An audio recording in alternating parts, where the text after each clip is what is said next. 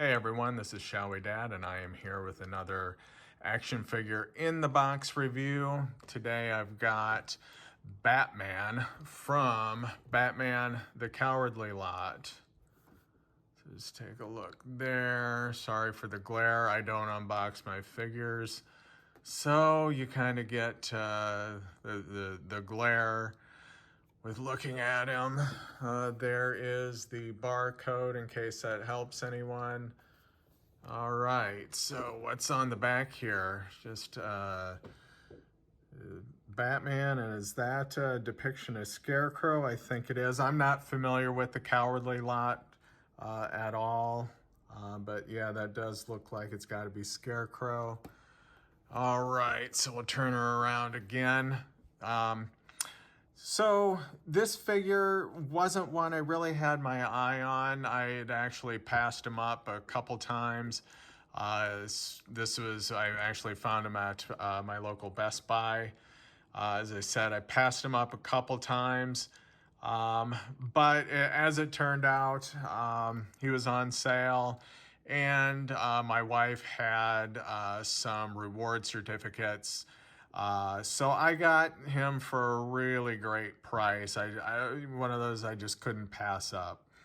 So even though again, it wasn't one that I was super into or super wanting, but I got him for like $5 plus tax. So I really, well, I could have said no, but I didn't want to at that price. So. What do I think here? It's a good figure. I mean, I think it's got a lot going for it. Again, it's not my favorite Batman color scheme. I do like the dark gray suit, the cowl and trunks, boots. The blue is maybe a bit darker than I would like. The what do we call that? A grimace, if you will. I kind of prefer maybe a neutral look to the face of an action figure versus one that's in some kind of obvious facial expression like what we have here. Quick break here to talk a little bit more about that facial expression. And I thought it would be fun to pull up the comic that inspired this figure. So what I have here on the right is the cover of Batman 111 from the Cowardly Lot. And it's really interesting to me that this figure seems to really take its inspiration from this cover. I'm not saying that's the case, but just very much the expression, the pose of his arms is very reminiscent of this cover. I think they did a great job in reproducing the look of Batman from this cover, from this comic. So again, and that facial expression, the grimace you see from the comic. So actually, you can really see where it got its inspiration. Now back to the video. Also, the ears on this one are shorter than I generally prefer. I'll just bring this guy up for comparison. This is the Batman from No Man's Land that was just released. And even this one, the blue maybe is a bit darker than I would like, but just comparing the two, I like the coloring on this one. And again, the just black bat symbol against the gray suit. Not my favorite depiction of the bat emblem. Again, I much prefer the yellow oval with the black bat.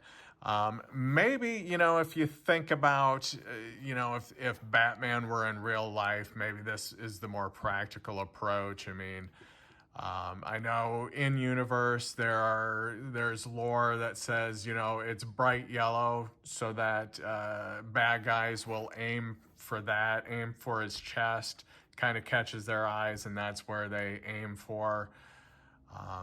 So is that a good excuse, if you will, a good logic, good reasoning for having a bright yellow symbol? I don't know. But anyhow, we'll put that one aside again. I did a whole video on that figure. the No Man's Land Batman that I hope you'll take a look at if you haven't already. What else? So one thing I do like about this is, and again, I don't unbox my figures, so it's really important to me how they look in the box. And I think this is pretty good. You know, maybe the hand here, fist, whatever, and forearm could be rotated just slightly, kind of at the same angle as his left fist, forearm and fist is. But other than that, I think the way the figure is in the box is pretty good. You know, I think maybe to the chagrin of many a collector, we have these ties around, here it's around his abdomen and then down around the ankles. And I just, oh, and there's even one on his left elbow. Is there, no, I think that's it. And I just wonder why is that necessary? Are these really that insecure in the packaging without that? Maybe they are, maybe they would kind of flop around. I feel like since they're in this plastic prison, as I've heard them called, couldn't they mold that just a bit more tightly around the figure? I mean, maybe not, maybe then you'd start to run the risk of the paint rubbing off.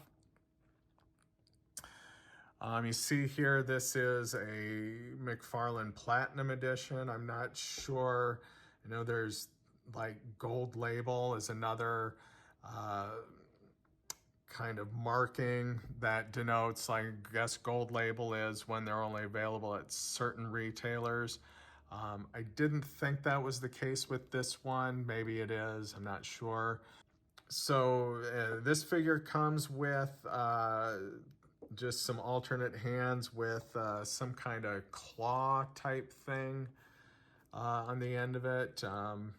So, you know, for those of you who unbox and want to switch out hands, there is that option. Otherwise, I'm not seeing any other accessories here. So, and there is, you can see back there, a trading card, which, you know, these are going to kill me because, you know, those are the kinds of thing I think are fun, but since I don't unbox, I don't get the pleasure of being able to hold that in my hand, look at the back of it.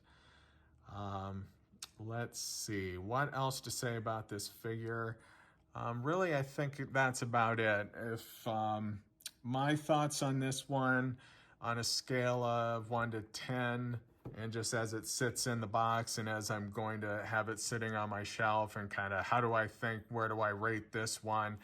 Oh, I'd say around a 7, maybe an 8. I mean, it's a good looking figure. Not again my favorite look for Batman, but it's not bad.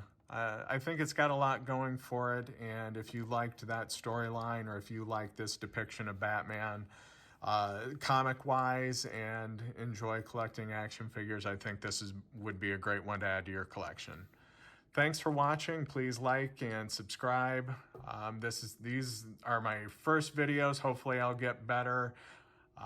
We'll talk to you in the next one. Thanks.